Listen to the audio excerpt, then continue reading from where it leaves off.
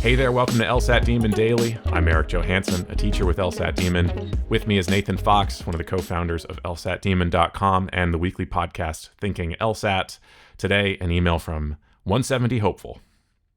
For the past month, I've been studying daily, and when I complete timed sections or drills, I typically miss around 3 to 4 questions per section in both logical reasoning and reading comprehension, putting me at roughly a 167. My goal is to consistently score in the 170s, ideally limiting my misses to 0 or 1 per section.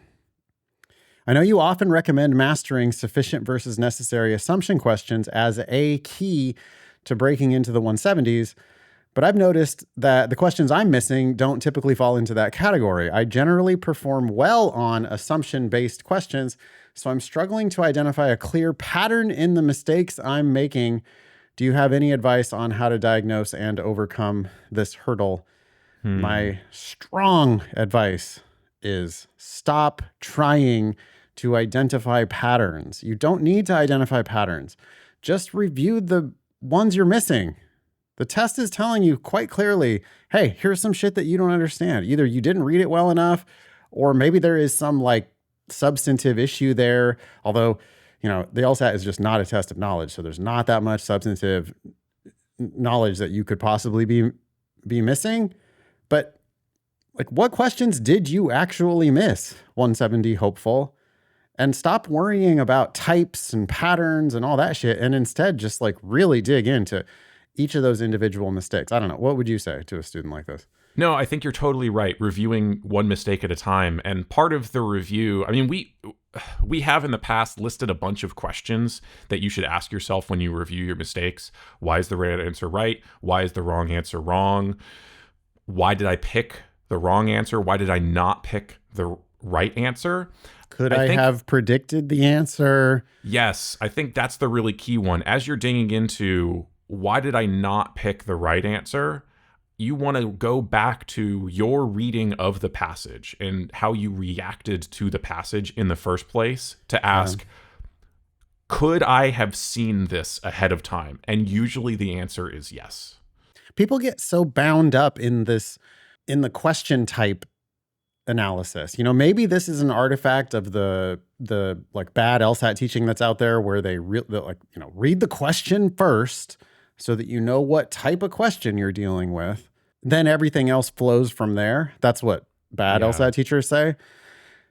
What we say is attack the record, understand the record. Is it just a set of facts or is it an actual argument? If it's an argument, is it a good argument? Is it a bad argument? Attack that record, and then they can ask you whatever question they want to ask you because you are the master of the record. So it's going to be an easy question for you to answer. Mm-hmm. That's our way of doing it. Yeah. So this to me looks like, because, hey, if it's not sufficient and necessary assumption questions, then it must be some other question type that's really, but I can't find a clear pattern. It's I can tell you a clear pattern. The clear pattern is you keep missing a lot of questions. You keep missing more questions than you want to miss. Okay, so let's look at the individual mistakes themselves and try to figure out why you're making each of those mistakes. Instead of trying to go all high level and abstracted on it, why don't we just deal with the actual individual mistakes that you've been making? Yeah. At least that's what I would do if I was, doing one-on-one tutoring with this student. Yeah.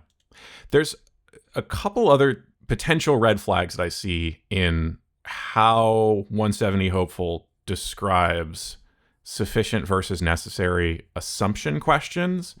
They say, I know you often recommend mastering sufficient versus necessary assumption questions as a key to breaking into 170s. I'm not sure that is what we have said on the show in the past. I think what you have said frequently is that even high scorers on the LSAT still struggle with the concepts of sufficient versus necessary. And I want to... No, specifically, I think that high-level students, but not high enough level students, I have seen specifically students in the high 160s can't break into the 170s. Mm-hmm. And if you ask them, hey, what type of question is this?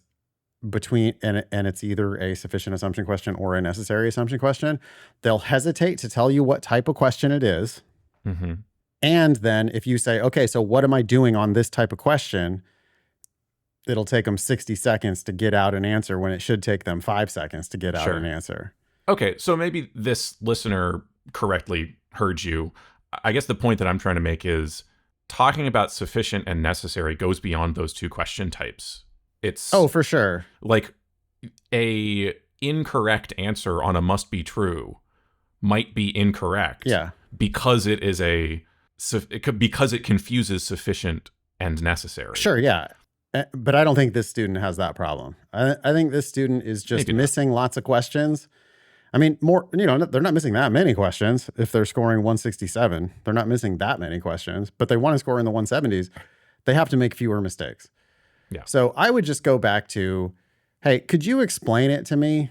You hear me. I'm kind of skeptical, right? I got like sort of high standards. Do you think you could explain to me, to my satisfaction, that you actually understand not only why is the right answer right, but also why is the wrong answer wrong? And if I were to say, could you have predicted the answer to this question? The answer is not always yes, but I want to hear your take on it. I mean, because sometimes the answer is yes. Mm-hmm. So, could you have predicted it? Why'd you pick that wrong answer? The answer is clearly wrong. Do you see why it's wrong now? Okay, why'd you pick it? The right answer is just been there on the page the whole time. You didn't pick that. Why didn't you pick it? And how could you avoid making that mistake next time?